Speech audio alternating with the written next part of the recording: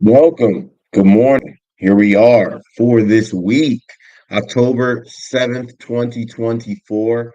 I'm excited to get into another week of markets. Welcome to the pre-market prep session. This is our daily session where we go over the important news, notes, analysis, trade ideas.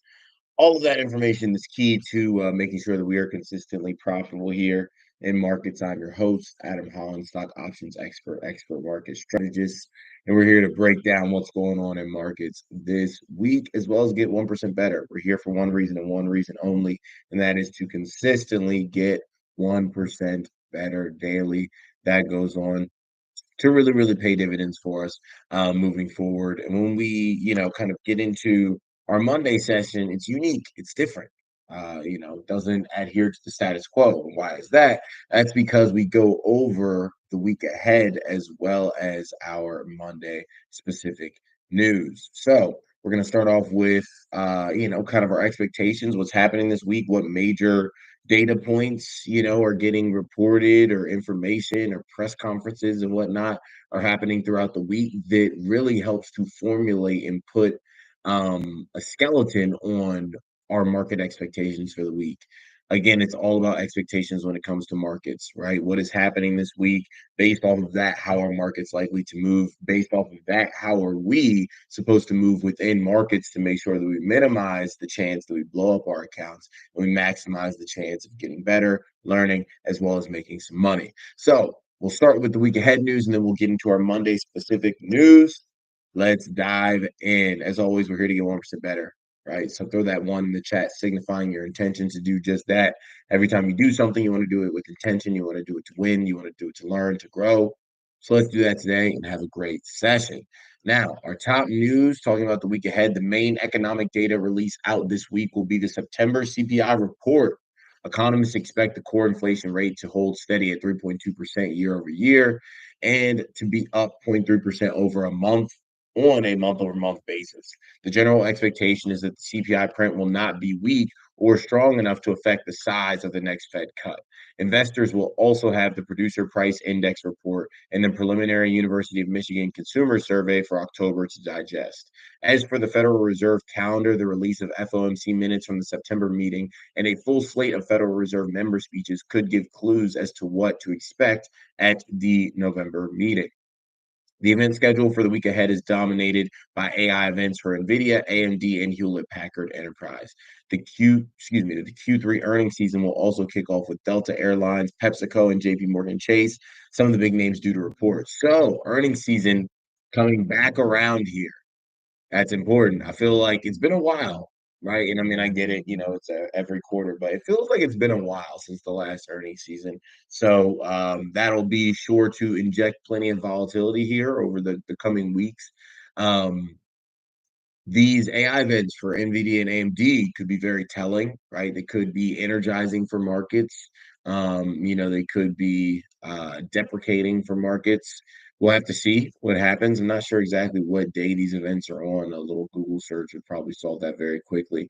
But if anybody, can look that up and throw it in the chat, I'd be much appreciative of that. I'd be very appreciative, or it would be much appreciated. Either one of those works. But yeah, AI events here for NVIDIA and for AMD. So we've got some headlines this week. CPI will be big. Even though PCE is the Fed's preferred measure of inflation, CPI tends to move markets more. It doesn't mean you want to go out and immediately do, like, I don't know, a strangle or some type of strategy where you play both sides, because we might not move based off the CPI print. There's no guarantee that we do move, but it's definitely something that you need to have factored in to your expectations. So let's see what else we got going on here. Earnings spotlight. Monday, we've got Duckhorn portfolio. No one knows what that is. Tuesday, PepsiCo, so ticker PEP.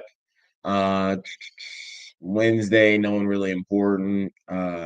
Thursday, Delta Airlines, Domino's Pizza, both of those household names. And then Friday, JP Morgan Chase, which is JPM, Wells Fargo, and BlackRock, as well as Bank of New York Mellon, ticker BK, and Fastenal, ticker FAST. So in case you missed it, let's see here. We've got a few other little minor headlines. Honestly, none of those very important here. So let's also check out our calendar for the week, our economic calendar.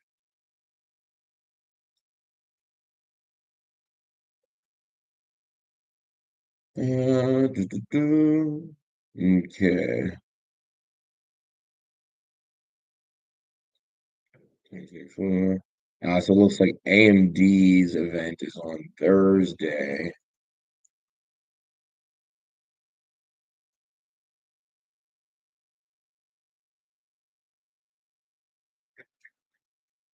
October 7th through the 9th is, oh wow, actually NVIDIA's AI Summit in Washington, D.C. So that starts today. So we could be getting info from NVIDIA all day.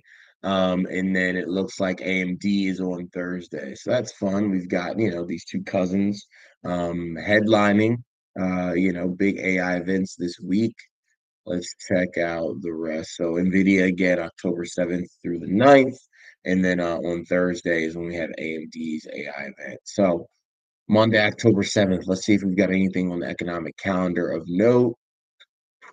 Few Fed presidents, but we've got Kashkari speaking at 1:50 p.m. Again, Kashkari probably moves the market 1 to 2 times per year. He's really the only Fed member that you need to watch out for besides Powell. So if there is volatility around 2 p.m., it might be Kashkari. So just keep that in mind. I'm not necessarily expecting it, but if it happens, that's what did it. More likely than not. Tuesday, October 8th, my beautiful sister's birthday, which we celebrated over the weekend. It was an amazing time. Gotta love fellowshipping with family and spending time, in places that it matters most. Tuesday, October 8th, Raphael Bostic. We've got, more members of the Fed, but nothing really important. Wednesday, mm, we get minutes from September's FOMC meeting, but we don't have Powell speaking. And then Thursday, we get CPI data. Richmond Fed President Tom Barkin speaks. Yeah, Thursday is going to be the biggest day with CPI data for sure. Friday, we get PPI data, so inflation measure for producers, um, and consumer sentiment preliminary numbers on Friday. So Thursday, definitely the biggest day when we get CPI data. I'm gonna have to be out of office one of these days this week. Maybe that ends up being third Wednesday, probably Tuesday. Yeah, probably Tuesday or Wednesday. All right. Yeah, so nothing too crazy on the economic calendar. There's not big earnings happening, which is nice because we don't really have to worry about that tripping you up in trades. That's something that could be a big pain in the butt when you go and you see a nice chart set up and everything looks great. And then you enter the trade and you're like, what the heck happened to my Disney trade? And then you look, Netflix had earnings and you didn't realize it and it affected your Disney trade. So that's always an annoying kick in the butt. And success leaves clues, right? Experience leaves clues. That's why it's great for you to be a part of a community like this one and to invest in yourself to be a part of the Stock Options Made Easy community where we're in there trading, showing each other opportunities, and making sure that we don't fall in the copious amounts of bear traps that lay strewn throughout these market streets. Um, Now, getting into our Monday specific news, top news energy reshift. Energy has been paying us recently. Very active last week and coming through for us on a number of fronts. BP is scaling back its energy transition strategy and will drop its ambitious target of cutting oil and gas production by 2030, with plans to raise its output instead, sources with knowledge of the matter told Reuters. This would mark a major shift for the oil giant at a time when its plan to boost renewables has raised concerns over profitability. Strategy pivot. Back in 2020, BP pledged to cut oil and gas production by 40% by 2030, widely seen as the sector's most ambitious target. This was scaled back last year to a 25% cut, but now BP is looking to increase its oil and gas production, eyeing investments in 3 new projects in Iraq and in redeveloping oil fields in Kuwait. It is moving ahead with the development of oil fields in the Gulf of Mexico and is also weighing acquiring assets in the Permian Basin. Prioritizing profits, BP has paused investment in new offshore wind and biofuel projects in recent months and has reduced the number of low carbon hydrogen projects from 10 to 10 from 30. The move comes as clean energy projects are facing supply chain issues and rising costs amid higher interest rates. Recall that BP is targeting $2 billion cost savings by 2026 end. While the updated strategy is expected to be unveiled in February, the company has already dropped the 2030 production cut target in practice. Not alone, rival Shell has also scaled back its energy transition strategy this year, scrapping several renewable energy projects and exiting power businesses to refocus efforts on oil and gas. In other news, the British energy giant on Monday raised its production guidance for LNG as well as upstream oil and gas. Now, what else is happening? Jobs report upshot, strong labor market, Fed set for 25 basis point cuts. That's looking like what the odds are favoring right now. Activist investor Starboard takes $1 billion stake in Pfizer. Regeneron, ticker REGN, co-founder warns of weight loss drug harms. Rio Tinto, ticker RIO, Rio, eyes takeover of Arcadium Lithium. Report big oil wants Trump to spare some IRA credits if elected. AI takes aim at Google's search dominance, see who benefits. X remains banned in Brazil after paying fines to wrong bank.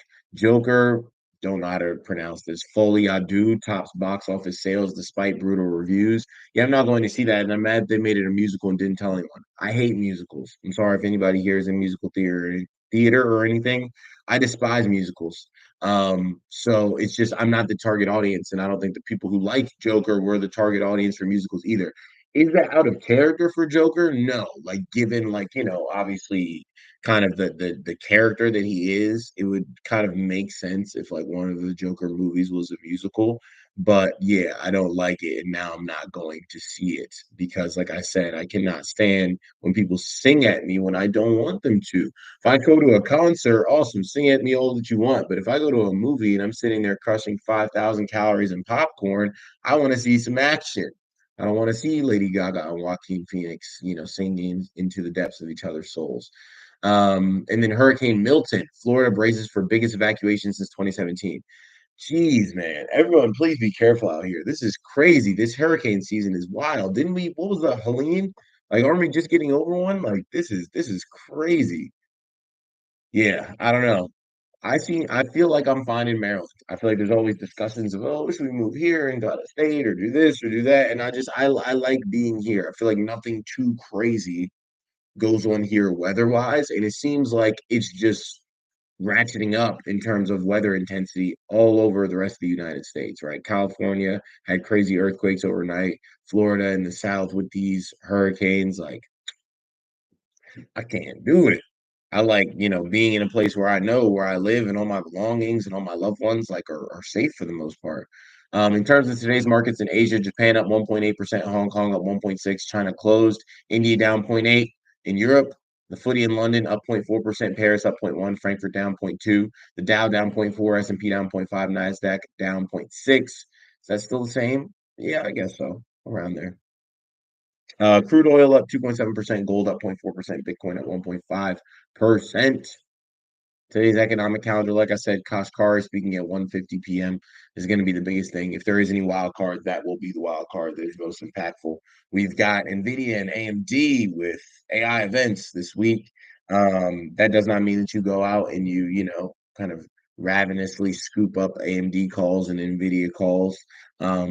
It's more so just from kind of like an AI usage standpoint, keeping eyes on the headlines that are coming out and that type of thing. Is there stuff that could happen or be debuted that causes stock price movement for these names? Yeah, for sure. But you don't want to go out and just say, oh, because there's an event, I'm going to assume something bullish will happen because that's not the case. As we've seen many times with Apple, typically on the day of an Apple event, Apple sells.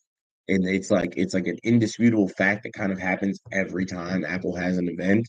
But still, new people come in and they're like, "Oh, I buy calls when I expect something to go up." Oh, well, if Apple's coming out, everyone loves the iPhone, right? It's not like it's illogical, but it doesn't matter really what's logical anymore in 2024. It matters what works. Um, and that's what we're here for. It matters how the market processes information. And a lot of times the market and markets themselves process information a lot differently than we do. So it's all about learning what works, right? Getting on the same page with markets and making sure that you're doing that more often than not. Just like we were last week, right? You see oil shooting up and energy companies shooting up. And when do we position? Before that move happened. And now what are we doing? Sitting at, multiple hundreds of percent profit from these energy plays. So I'm not mad at it, right? Occidental Petroleum come through. We talked about it here on the pre-market prep session, a number of sessions ago about how Warren Buffett increased his stake in Oxy. So, if Buffett's making the move, the charts say it's a great move to make. It's very easy to make that move, and then lock down our profits. But if you're missing out on moves like that, and you know that your money could be working harder for you, make sure you reach out and email it. Adam@adamhollandeducates.com. Let's make something happen. Let's get you getting 1% better daily and actively executing on the opportunity that's available, because it's Q4 and 2024 will be over before you know it. Let's go into 2025 hitting the ground running. And everybody have a great rest of the day. I'll see you back here tomorrow morning for our next pre-market prep session. Have a good one.